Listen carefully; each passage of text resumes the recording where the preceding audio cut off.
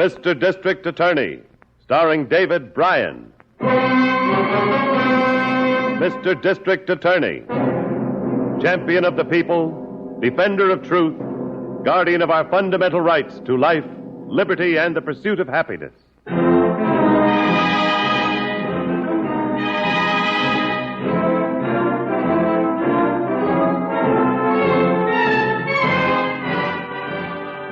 And it shall be my duty as district attorney not only to prosecute to the limit of the law all persons accused of crimes perpetrated within this county, but to defend with equal vigor the rights and privileges of all its citizens.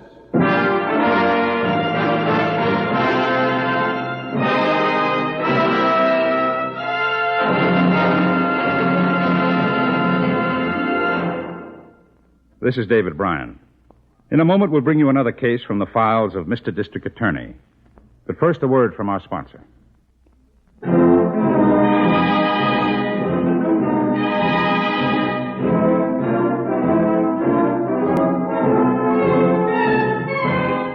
And now, here is our star, David Bryan, as Paul Garrett, Mr. District Attorney.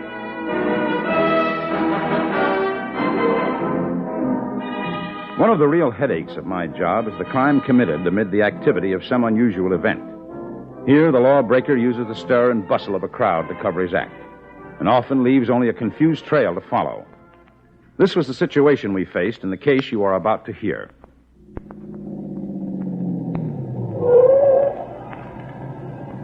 This ain't very close. What do you want me to do? Drive in the front door? We can get out of this spot in a hurry. You sure that motorcycle gang is going to get here? Any second. Sally gave me the pitch on it, and that kid's on the ball. Here, get this jacket on. Yeah. Here they come now. Let's go. They couldn't have timed it better. That girl is great.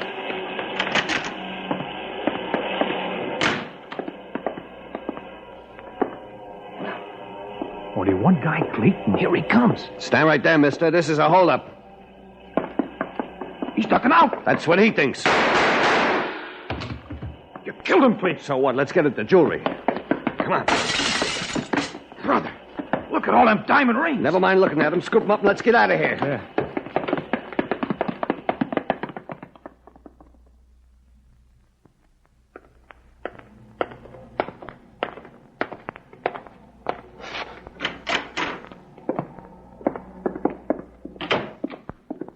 Who have you got here, Harrington?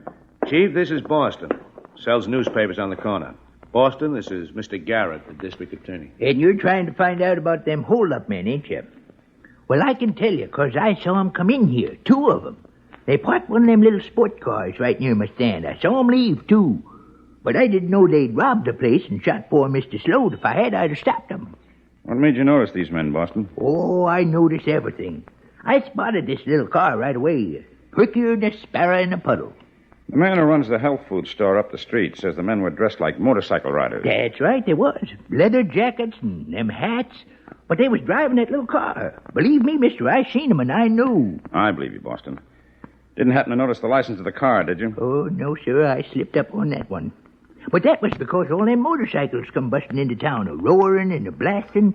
They was enough to make a man forget his own name. Well, it's pretty obvious, Harrington. They used the arrival of the motorcycle club as a cover. Yeah, they must have known right when the club was going to get here, then.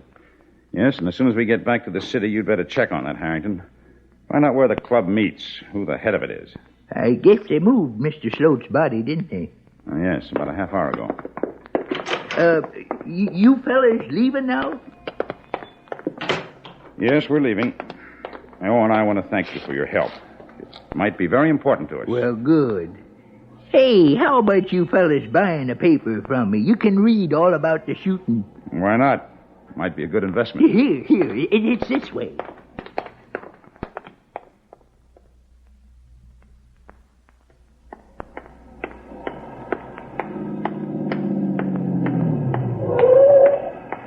Where you going, babe? I'm going in the house. What do you think? Get in the car. I want to show you something. What? Kid, you really did a job for us. Those motorcycles come over the hill and into that town just like you said and when you said. Well, I guess I ought to know. I belong to the club, don't I? Were you riding? Well, sure, with a boyfriend. I looked for you guys, but I couldn't see you anywhere. We were busy, babe. Real busy. Yeah. Take a look at that. Clete, it's beautiful. Yeah. Let me put it around your neck. Huh? Oh, you mean you're giving it to me? Sure, I'm giving it to you. You're going to get a lot more. Oh, Clete. Oh, let me look in the mirror. Yeah, that looks swell, don't it, babe? And you are built for that kind of stuff. Oh, I never had anything like this in my life. Well, you have now. Uh-oh. What's the matter? It's Dan. The boyfriend? What do you care?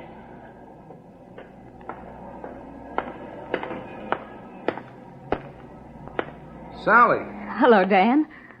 what are you doing here? We're talking to a friend of mine. Dan, I want you to meet Clete. Clete, this is Dan Clark. How are you, Clark? Hi. Dan is president of the Cycle Club, Clete. Yeah, I know. You work with your motor, Clark? He delivers for a multigraph company. What does he care? Well, what are you doing sitting out here with this guy anyway? Oh, what's wrong with me sitting out here with him? He's a friend of mine. So he's a friend of yours. Does that mean you have to sit cooped up with him in this hopped-up baby buggy? Now listen, chum, don't talk like that about the car. This job will wax that sucker of yours any day. You got 115 under this hood? Like fat you have. That's what you need to stay even with me. I'll stay with you, and I'll leave you. Anytime, anywhere. Put your money where your mouth is. Oh, listen, delivery boy. I'll put my fist where your mouth is if you keep yapping like that. You talk big. Let's see you step out here and back it up. Well, you think I won't? Cut it out, Clete. I don't want any trouble here, not in front of my apartment. Dan, I'll never speak to you again if you don't stop this. Oh, look, Sally. I mean it, Dan.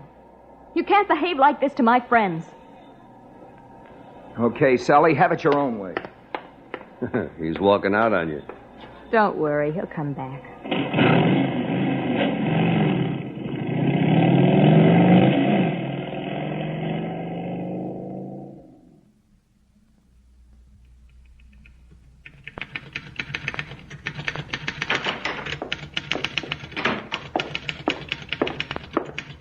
Harrington back yet, Miss Miller? Yes, he's in using your phone, Mr. Garrett, and he got the information on that motorcycle club. Oh, good. Hello, Harrington. I hear you got some information on that motorcycle club. Yeah, and I just got a rundown on the president of it, too.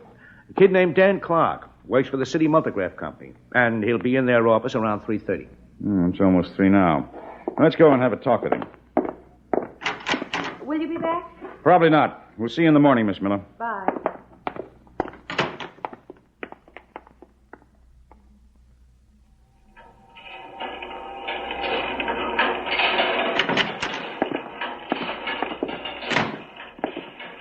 Yes, sir. Can I help you? We're looking for Dan Clark. I'm Dan Clark, Well, this is Mr. Garrett, the district attorney. district attorney. I'd like to ask you a few questions, Clark. I understand you're the president of a motorcycle club. That's right. The same club that made a trip to Colton City last Saturday? Yeah? What's this all about? Well, a jewelry store was held up in Colton City on Saturday afternoon. Owner of the store was killed. Made the headlines in yesterday's paper. Maybe I shouldn't admit it, but I just read the comics in the sport page and let it go at that. Well, this holdup occurred while your club was riding through town. It was pulled by a couple of fellows wearing motorcycle rider outfits. Oh, no, wait a second. I'm certain none of our gang had anything to do with a holdup. Well, we're not saying they did. But how can you be so positive? Well, I know that bunch, every one of them. Well, we're not accusing your club of anything, Clark. We're just trying to get at the facts of this case. All our guys work, Mr. Garrett. They just aren't the kind of guys who do anything like that. Do you have anyone in the club who drives cars on these joints? Cars? Mister, when you're a cycle man, you raid cars behind bicycles. How many members in your club, Clark? 67, counting the girls. They're not regular members, but you know how it is with women. Well, we're willing to go along with the idea that your club is in the clear on this. But whoever held up that store expected to use the noise of your motors as a cover. They knew just about to the minute when your gang would arrive there. Which means somebody had to tell them. It sure looks that way, doesn't it? It makes me feel bad. Well, there's no need to blame yourself, but we'd like your cooperation. I'll do anything you say. We're looking for 2 men who drove a sports car. Sports car? Does that ring a bell? Well, I don't know. There's one guy... I'm not sure, though. Yeah, you can leave that part of it to us. I don't even know his full name. Well, could you get it? And where we might find him? I can try. After all, I don't want the club to get the blame for this. Well, why don't you check on it, Clark? And call me at my office. All right, sir, I will. Good. We'll talk to you later then.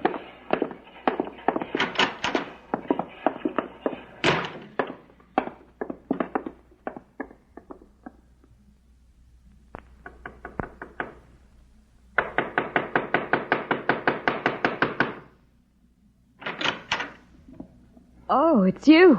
Hello, Sally. I thought maybe you were never coming back. You know better than that, Sally. I do. If you don't, you should.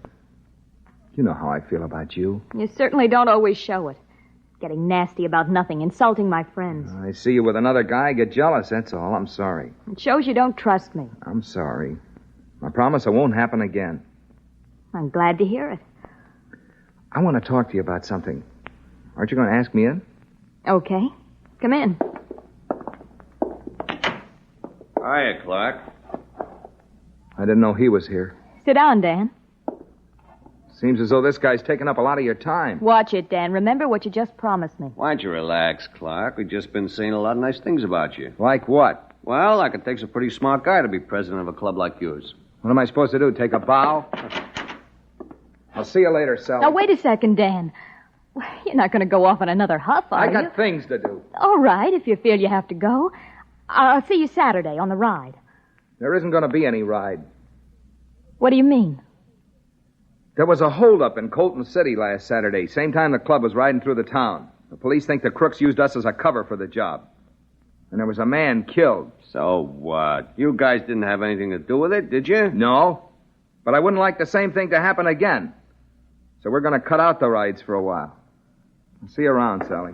Wait a second, Clark. What for? I don't think you ought to call off that ride. Who cares what you think? Well, it's like I said before, Clark. Why don't you relax? I'm the kind of guy who could do you a lot of good. Wait a minute, Clete. I wouldn't go too far if I were you. I know what I'm doing, babe. Clark's no dummy. He's not going to turn down a real good thing. Are you, Clark? I don't know what you're talking about. Well, it's simple. If you let the club keep taking those rides every weekend, it could do me a lot of good. And I'm a guy that likes to return a favor, which means I could do you a lot of good. Which also means you're one of the guys who held up that jewelry store in Colton City. Not a bad operation, was it?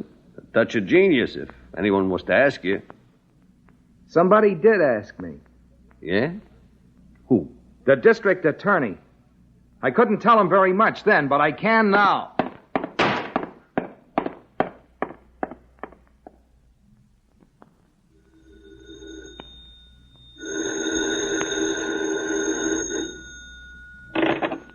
District Attorney's office. Hello, Miss Miller. Put me through the chief, will you? Yeah, he's right here. Hang on. It's Harrington, Chief. Where are you, Harrington? 9th Precinct Station. And you're not going to get any report from young Clark, Chief. No? Why not? He's just been shot dead in front of an apartment house on Harris Avenue.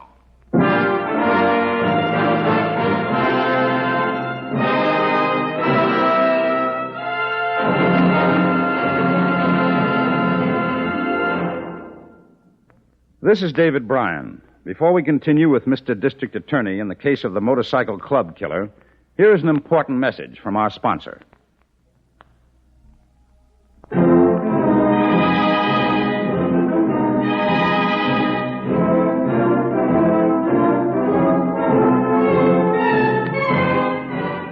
And now back to David Bryan, starring as Paul Garrett, Mr. District Attorney.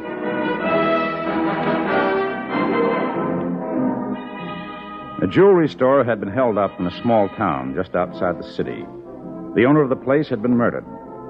A motorcycle club entering the town had innocently provided the noise and confusion used by the gunman as a cover for the crime.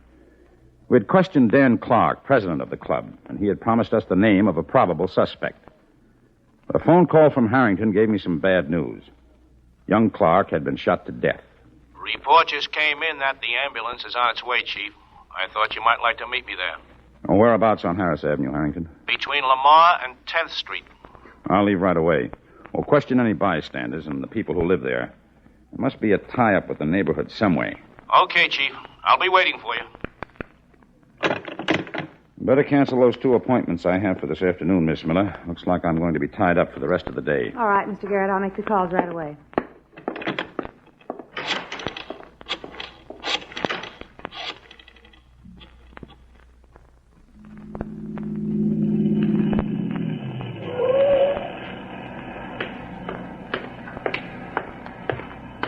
Hi, Chief. Clark was still alive, so they took him in before I got here. But Lieutenant Padway just got a call from receiving. The kid was dead on arrival. Anyone know what he was doing here? Girlfriend lives in one of the apartments. Well, let's go in and talk to her. Did she see it happen? Yeah, claims she didn't see a thing and doesn't know who did it or why.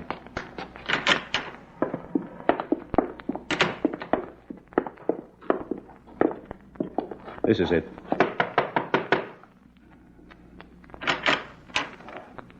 Not another cop. This is Mr. Garrett, Miss Brady. He's the district attorney.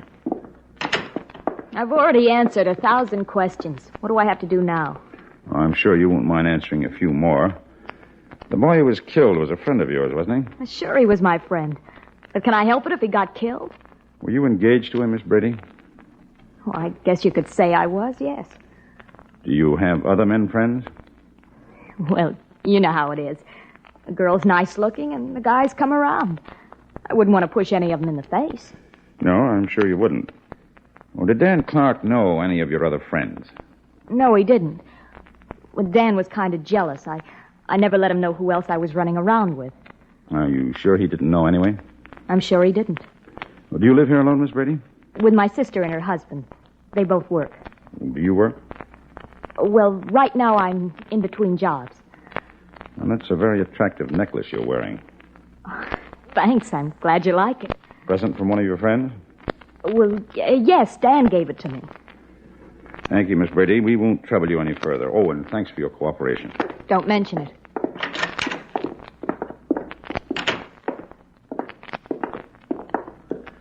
Something wrong about that girl, Chief.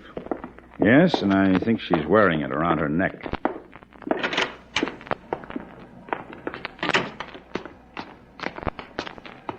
Could you describe that necklace, Harrington? Sure. Where's your car? At the precinct house. I rode over with the squad car. Well, get in. I'll take you over there. Then I'd like you to drive over to Colton City. Find out if that necklace is part of the loot. Right.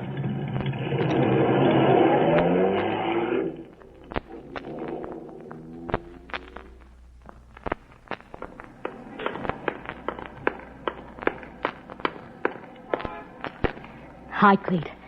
Been waiting long? About a half hour. I wanted to be sure I wasn't followed. Smart girl. How's everything? Everything's wonderful. I had them eating out of my hand, even the district attorney. You should have been there. I'd have died laughing. Oh, incidentally, you didn't give me that necklace. Dan gave it to me. Kid, you sound better to me all the time. What about Saturday? I talked to some of the boys at the club. I convinced them that they should make the ride in memory of Dan. Oh, quit it. Will you, babe? You're killing me. What town? Cliffdale. Perfect. I already know the place will knock over. I want to go with you, Clete. That's out, babe. If you want to see that town, you ride a motorcycle like the rest of them. You think I can't? I think you could do anything. What's it going to be this time? More jewelry? Dough. Lots of dough. You'll find out. Go on home, kid. I'll see you later.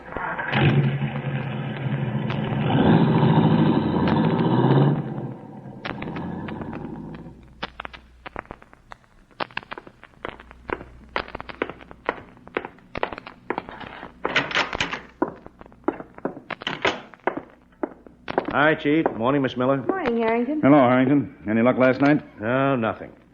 Seems that the store's always been a one-man operation. And with the owner dead, no one can positively identify any of the stolen pieces. That's too bad. Well, we just got a report from ballistics that adds up to something. The bullets that killed young Clark came from the same gun that killed the store owner. Hey, that is something. Can you ride a motorcycle, Harrington? Well, I used to be able to. Yeah, I guess I can still wobble along on one of the things. Yeah, it seems that motorcycle club is going to take another outing tomorrow afternoon. I'd like you to ride with them. I'd be delighted, Chief. But I haven't got a thing to wear. Oh, Harrington. Well, we'll take care of that for you. I want you to stick near the girl if she goes along. You'll have a two-way radio on the machine so you can contact me in my car. Oh, and maybe I'd better make the arrangement for that right now. Captain Warren of Traffic, Miss Miller. You got his number? Let's see. Yes, it's right here. Get him on for me, will you? Okay.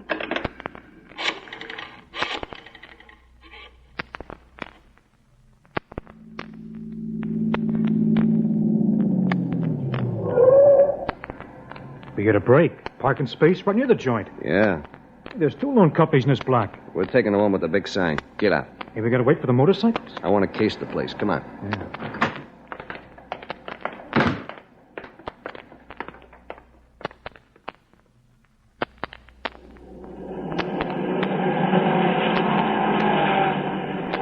KNK4 to car 6X2. KNK4 to car 6X2. Car 6X2. I'm getting you, Harrington. Go ahead. We'll be in Cliffdale in about 5 minutes, Chief. I'm on the main street at the far end of town. How about the girl? She's riding with another guy right in front of me. She didn't recognize me with this headgear and goggles on. She just... Hey, I lost him. They must have speeded up to the front. Try to pick her up again, Harrington. Keep in touch. Okay, Chief. KNK4 signing off.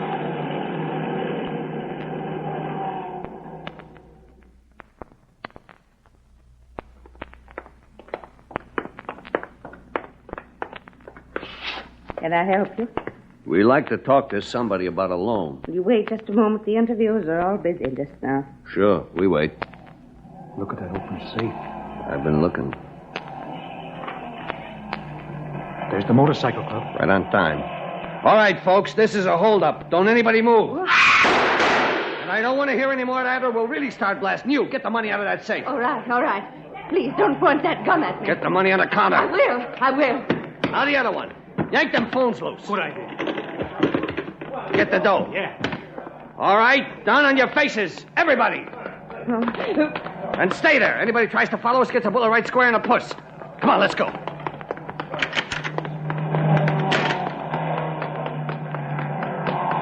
Let's run for it.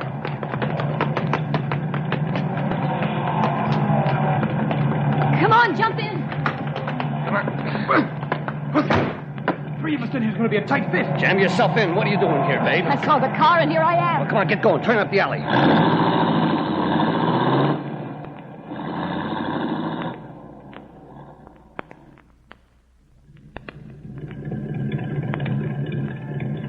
KNK4 to car 6X2. KNK4 to car 6X2. Car 6X2. Go ahead, Harrington. I just spotted the girl. She's with 2 men in a light blue sports roadster. They went down an alley and turned parallel to the next street. I'm following them. Which way are they heading? North. And they're moving toward me. I'll see if I can get some help in setting up a roadblock. Stay with them, Harrington. I'm going to switch over to the local police. Car 6X2. Car 6X2. Car 6X2.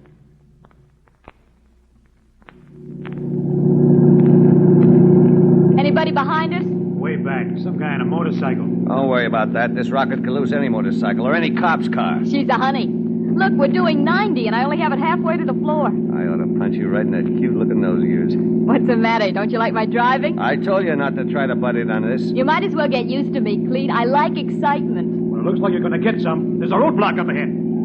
Turn into that field, that dirt road.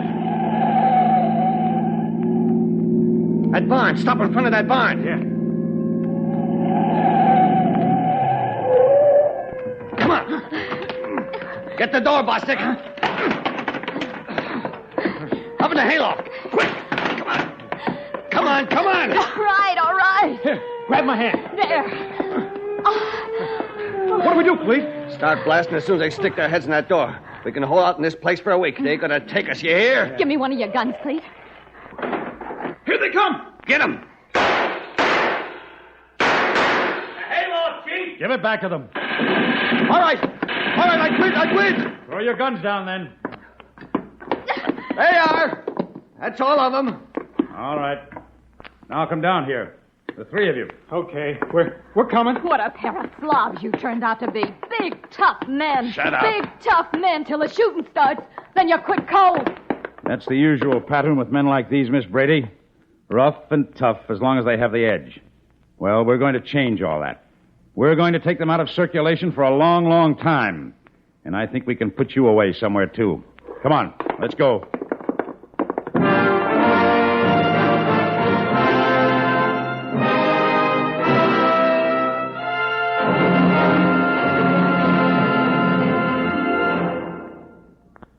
This is David Bryan. I hope you enjoy this case from the files of Mr. District Attorney. I'll be back in just a moment after this message from our sponsor.